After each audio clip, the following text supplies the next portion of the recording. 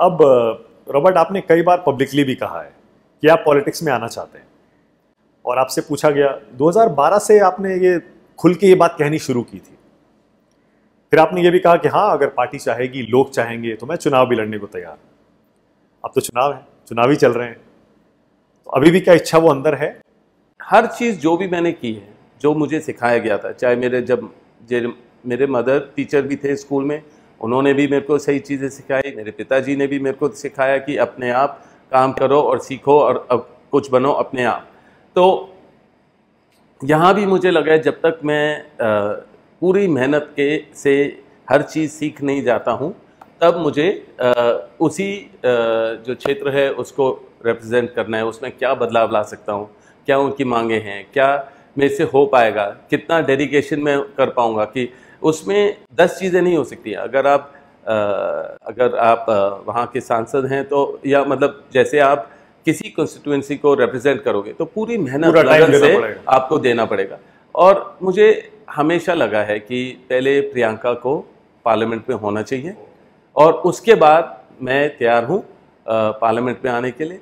और मुझे ये भी लगा कि जब से ये सरकार आई, बीजेपी की सरकार आई, या पहले सरकारें भी, उन्होंने जैसे गांधी परिवार का सदस्य होने के नाते उन्होंने ज़रूर मुझे एक सॉफ्ट टारगेट जैसे देखा, तो उन्होंने मेरे को टारगेट किया।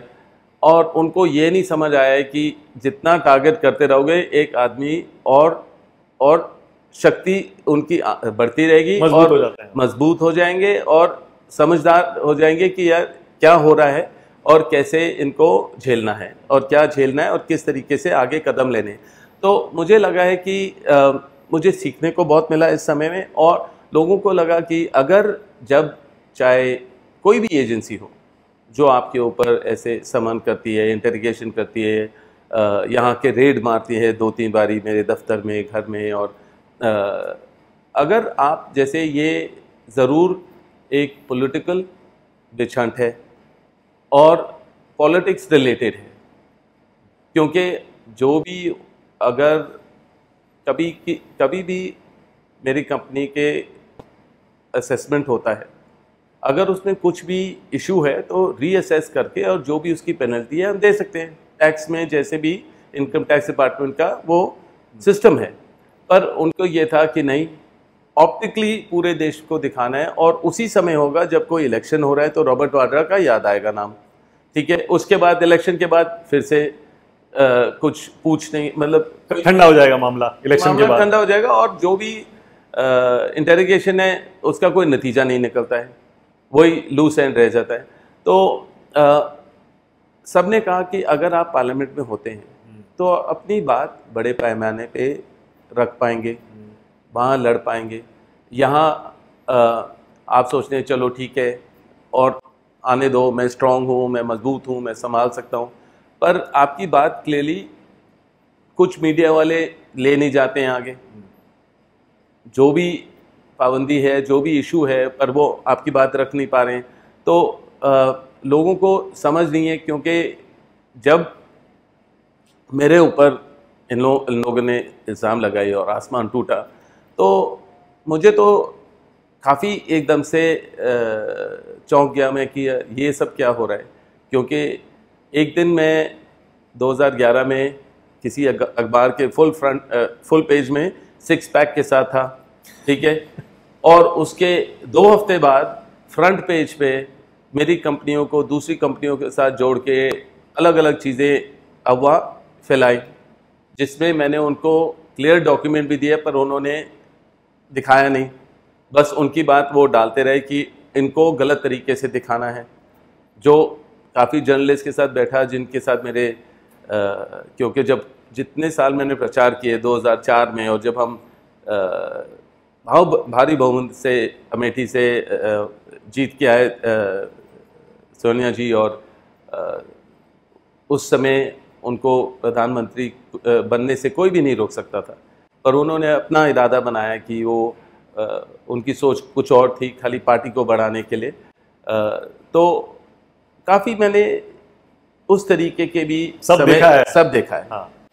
और तो प्रियंका जा रही हैं इस बार पार्लियामेंट? आपने कहा पहले प्रियंका जाएंगी, आप उसके बाद जाएंगे। देखिए, मैं कहूँगा कि मैं चाहूँगा कि वो ज़रूर पार्लियामेंट में जाएं, क्योंकि कौन सी सीट से जाएं?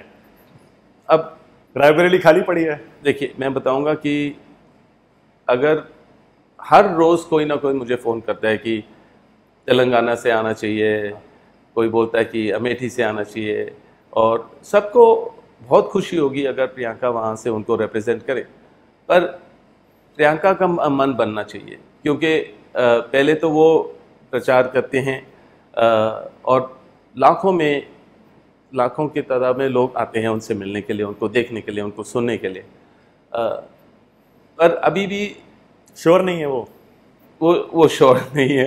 तो उनको मैं कन्विंस नहीं करना चाह रहा हूँ। मैं कहता हूँ कि पर आपका मानना क्या है, उन्हें कहाँ से लड़ना चाहिए? क्योंकि बहुत सारे लोगों का ये मानना है कि उनको रायबरेली से लड़ना चाहिए, क्योंकि वो आपकी परिवार की एक विरासत। बिल्कुल आप सही कह रहे हैं कि यूपी से लड़ेंगे तो अच्छा है, मतलब कि अमेठी, रायबरेली, वो उनके ऊपर है, उनका इरादा क्या है वो अपने आप बताएंगी। और जब आपके ऊपर आएगा तो आप कहाँ से लड़ना चाहेंगे? क्या सुल्तानपुर? सब कहेंगे मुरादाबाद, यस, क्योंकि आप वहीं से आते हैं। हाँ, सब चाहेंगे कि मैं मुरादाबाद से वहाँ से लड़ूं, और ज़रूर मैं जाता हूँ वहाँ, अपने कुछ परिवार के लोग हैं जो बचे हुए हैं वहाँ, तो मैं और जो काम है वहाँ जाता हूँ, पर इतनी मांगे हैं, और मैं कहूँगा आपको कि मांगे खाली मुरादाबाद से नहीं, बोर्ड लग जाते हैं कि गाज़ियाबाद, फिरोज़ाबाद, इधर उधर की मैं यहाँ से प्रचार कर रहा हूँ और मैं यहीं से खड़ा हूँगा, और मेरे पास फ़ोटो आते हैं तो सब लोग पूछते रहते हैं उसके बारे में। अभी ऑलरेडी हालांकि कुछ समय पहले एक मेरे पास फॉरवर्ड आया था कि स्मृति ईरानी एक तरफ है, मैं एक तरफ हूँ, और अमेठी से मैं लड़ रहा हूँ, तो मेरे को तो उसका समझ भी नहीं था, पर सबने कहा कि आप आइए और आप भारी बहुमत से हम जिताएंगे आपको। उन्होंने अच्छा, स्मृति ईरानी का और आपका बड़ा तगड़ा इक्वेशन हो गया है ना, जब से उन्होंने पार्लियामेंट में आपका फोटो दिखाया उसके बाद से, जिस पर आपने रिएक्ट भी किया था। देखिए, इसीलिए लोग कह रहे हैं कि आइए अमेठी में राहुल गांधी की जगह आपको उतरना चाहिए। वो एक महिला है, मैं उनके लिए कुछ गलत नहीं बोलूँगा, पर अगर कोई भी मेरे बारे में गलत बोलेगा तो या तो वो प्रूव करें।